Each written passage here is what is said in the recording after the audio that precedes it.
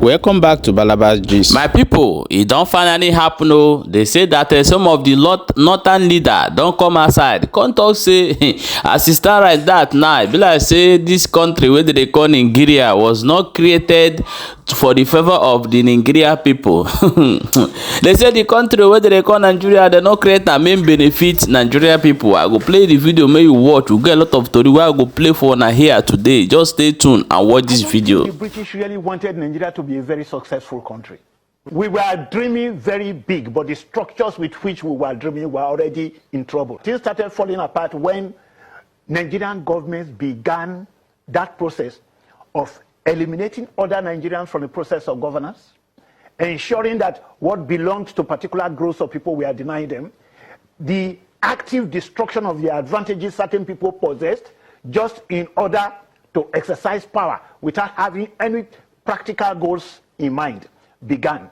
It began too early, which is to say, by 1960, the idea of smashing the opposition, of ensuring that people do not overdream, had started in Nigeria. I mean, I always start by saying what went wrong began when Nigerians started sharing the loot of independence.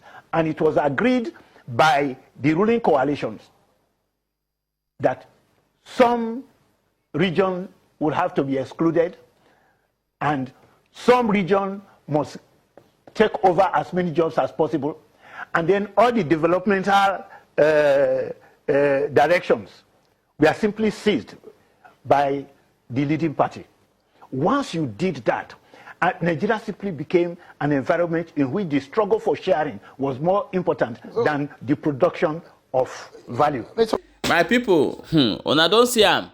So tell me how this country go work. Why some part of the country where they call Nigeria, they are bringing them down by all means. They now see port to various part of this country. The only one place everything they channel it to.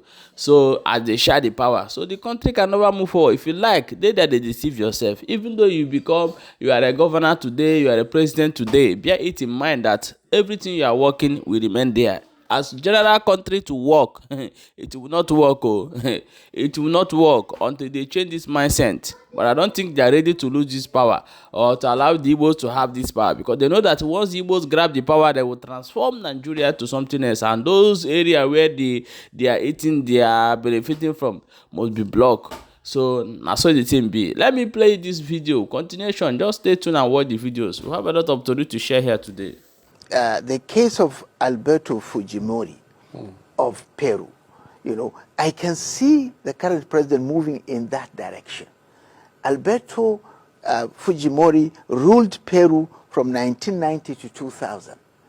Alberto, in these 10 years, made sure first there was excessive corruption. There was, hyperinflation. There were all the troubles that I can see. There was insecurity, because there were insurgents. There were so many other things. But he, instead of addressing this problem, he went around to buy all the security agents.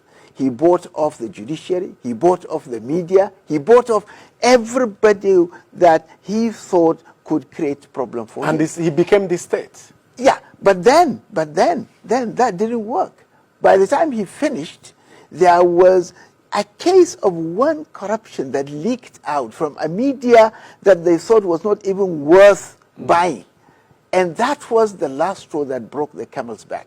And there was an uprising in the country, and he had to escape to Japan. 5 years later, they caught him in Chile. They brought him to Peru. They prosecuted him. They put him in prison, and he died in ignominy September last year. Now, I want, the current president and people around him to study the case of Peru, because this is the path they seem to be taking, and it's not going to bring any good, not to the country, not even to those who think they are enjoying the power at the moment. Because Boko Haram is using armed drones. Let it be on record. They are using armed drones, weaponized drones, which the Nigerian army is not using. In other words, they are more sophisticated and advanced than the Nigerian army. Lastly, I lost people in Wajiroko, We lost people in Wajiroko as a result of Boko Haram insurgents. This is the few I can give you, just a tip of an iceberg as far as my constituency is concerned. I observe one thing. Boko Haram is fast coming back worse than what we had in the past. Take it or leave it. Boko Haram, ISWAP, or whatever name you call them, they are coming back. Let us do something serious in order not to go back to our days when 22 local governments out of 27 local governments of Borno were occupied by Boko Haram. Secondly, Mr. Speaker, honorable members, we should be complacent. Rome used to be the greatest empire on the world, but it was destroyed by the complacency of the Romans because of their inability to take things serious to deal with their enemies. So as I'm speaking to you, personnel, there are no Nigerian army personnel. They don't have enough personnel to face these boys. That is the truth. They are committed.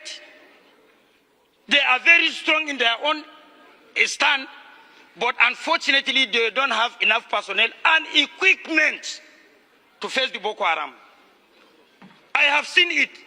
Nobody reported it to me because I went to my constituency on Saturday and came back on Sunday. So, Mr. Speaker, honorable members, we shouldn't be complacent with this.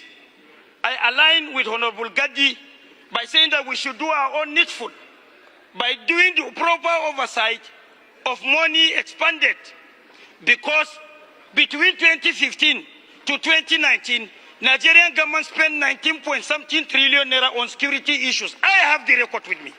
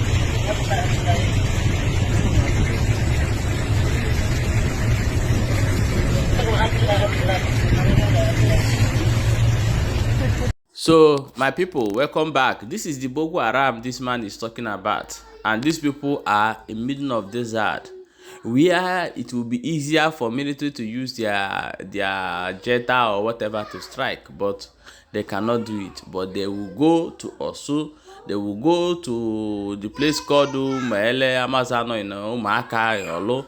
They will go to various places and throw bomb. Why the main people are free walking? And you as an Igbo man will come outside and say, the struggle is criminal. Call the people who are criminalizing the struggle and face them. Stop bringing the situation we are facing to the struggle and say this, that. No longer happy, I'm not a member or this one or all these things. Well, that one is your own business. But the truth is that look at what is happening in the same country where we are. People are busy protecting terrorists who are buying people, and you are busy bringing your own people and be buying them. I don't say anybody who do kidnap, catch them, maltreat them, do them everything. Anybody who terrorize our people, do them. But you see, the good one among them, protect them, because you will need them tomorrow. So that is the reality. Look at where we are today. You don't see the way Tinubu they go very soon. This country he go be yaga yaga, ayaga yaga. Let me continue with the videos and show you what is really happening.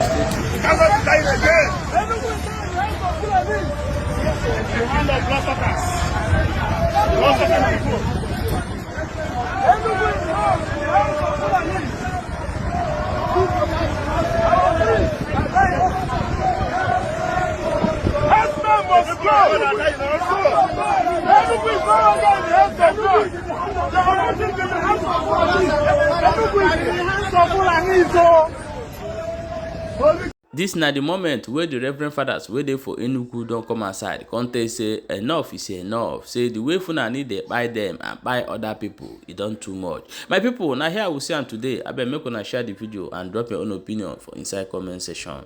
No forget say you see there for Balaba Gist. As you dey watch, make sure you dey share the video so that other people go get the information and know how it dey happen.